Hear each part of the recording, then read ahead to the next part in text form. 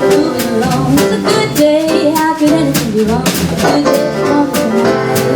It's a good day for shining your shoes, and it's a good day for losing the blues. Everything to gain and nothing to lose. It's a good day for tonight. I said to the sun, good morning sun, rise and shine today. You gotta get going if you're gonna make a showing, and you got the right away. 'Cause it's a good day to swing your shoes, and it's a good day for losing the blues. Everything to gain and nothing to lose. It's a good day.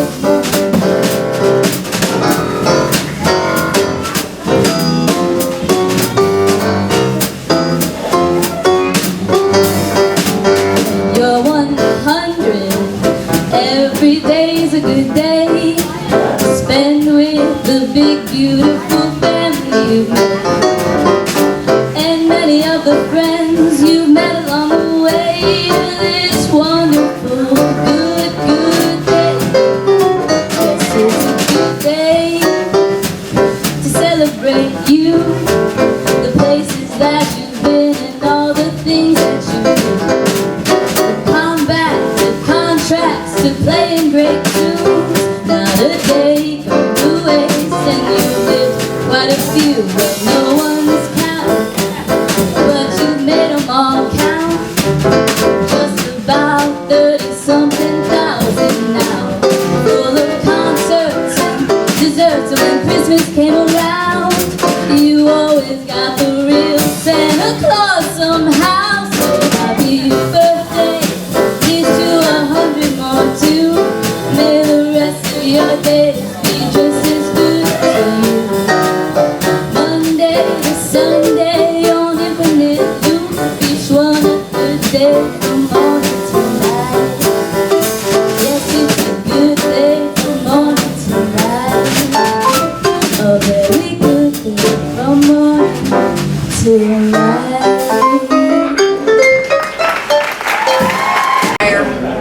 But to Victor's children, I am Kathy, or Miss Kathy for their children.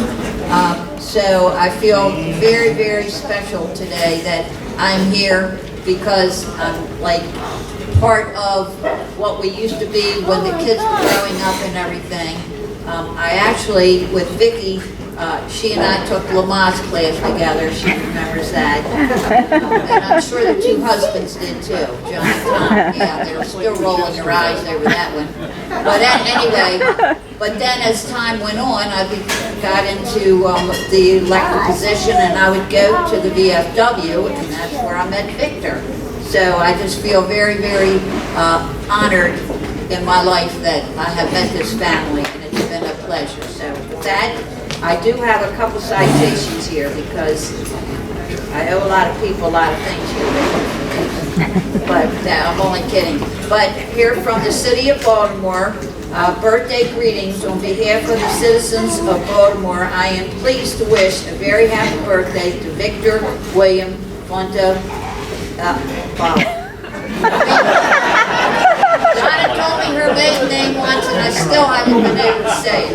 On this special day, I wish you were all the very best, all the joy you can ever have, and may you be abundantly blessed today, tomorrow, and the days to come. Don't just live your life, celebrate it. And today is a perfect day to start. May God continue to bless you and keep you. Happy 100th birthday from our mayor, Brandon Scott. So.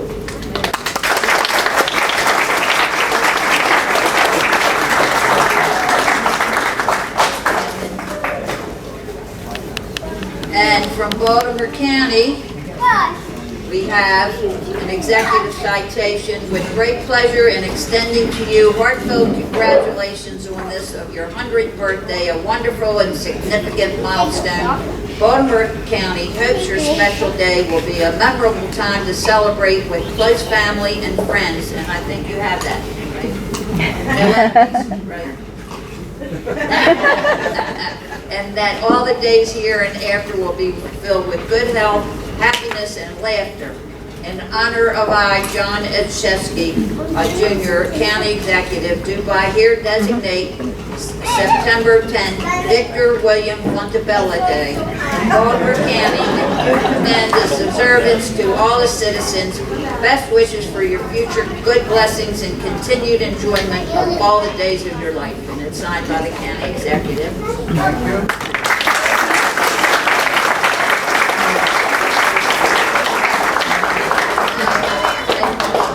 Last but not least, this is the best one, Victor. You know. Now, this is from the Senate of Maryland. It's a resolution, be it hereby known to all, that the Senate of Maryland offers its sincerest congratulations to Victor William. Okay, everybody say it. In recognition of the celebration of your 100th birthday, may the wisdom of your years be shared with all who know you and love you. The entire membership extends its best wishes on this memorable occasion and directs this resolution to be presented on this 10th day of September 2022, and it's signed by the President of the Senate and myself, Senator Klausmeier.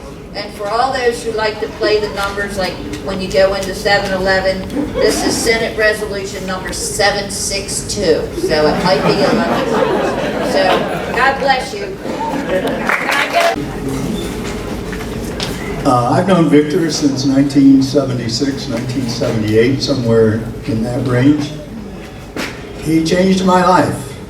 And I think we can all point to people who do change your life or have a huge impact on our lives.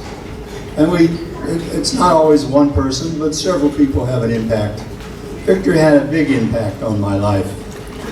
I was fortunate enough to be playing in the United States Marine Band. I played piano, and I was working in little dive clubs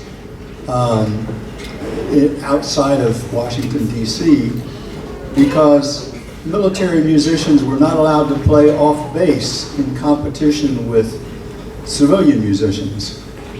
And we were the only group that was designated with that kind of status. And I had just about had enough of this. I was really upset, so I decided, well, who would object? And I found out that the union would object. So I thought, well, I'm going to fight this, and I don't care what happens. If I get tossed out of the military, that's the way it is. So I made a phone call to President Fontialba. Actually, I think you called me because I discovered a letter that I had written to the President of the Federation at the time. And you said you'd like to talk to me. So I went to New York, and I met with Vic. I think we met in Baltimore a couple of times, or once before. And he said, well, look, I am President of the Federation. I agree with you that military musicians should be permitted to play off bass. And I agree that military musicians should be able to join our union. And if they could join our union, if we could take our prohibitive bylaw away that prohibited musicians, military musicians, from joining our union, then you could join, and I think that would take care of the problem. And he said, but the one problem we have is you've been working with Congress, and Congress has almost adopted a piece of legislation that says they'll take away all the restrictions on military musicians. And I need for you to stop doing that and let me take care of it at the next convention. I looked at him and I said, this is a man I can trust. This is a man I believe in. And I'm going to drop what I've been doing with all of my compadres back in Washington and put our faith in Victor Fontialba. So he was president of the American Federation of Musicians. We went to the next convention. He introduced a resolution to drop all restrictions on military musicians from joining the AFM, which would it would neutralize the military law. So he performed on that. He was able to get the convention to pass a resolution. And then it was my job to go out and get military musicians to join. And I think we got 500 or 600 of them in Washington, D.C. to join, and then it all went away. So I joined the union, I got involved, and I started going to conventions, and I started watching this man at the podium at a convention. He had complete control over that convention. He knew Robert's Rules of Order, which everybody likes to raise a hand and say object because of Robert's Rules of Order. He shot all that stuff down. He knew it better than anyone. And so as I watched him, I used to stand there and think, how do you get to be that smart? How do you get to be that intelligent? And so I asked him several times and met with him several times. He'd always invite me to his table and for dinner or to have drinks. And as my union activity grew, Victor was just the one individual who gave me guidance, who had huge influence on my life, who made it very clear that you don't have to tell stories in order to get what you need. Just be straight up with people. And Victor, for all of those things that you did for me, and I'm sure you had an impact on every one of these folks in here in this room. And that's why we love you, that's why we're here. And I just want you to know how much I appreciate your impact on my life. Also want to tell you how much a direct impact has taken place.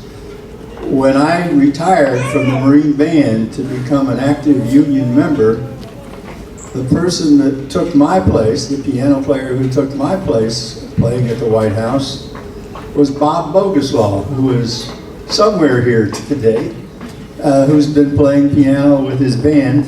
Yes. And Bob, where are you? Right there. And Bob has done a great job at the Marine Band, and he's also retired now. So I did go on to become president of the Federation, and every time I was on that podium, I was reminded by Vic on how well he held the attention of the crowd, how well he was able to control the delegates, and how effective he was as a leader. So Vic, thank you so much for the impact you had on my life and everybody else.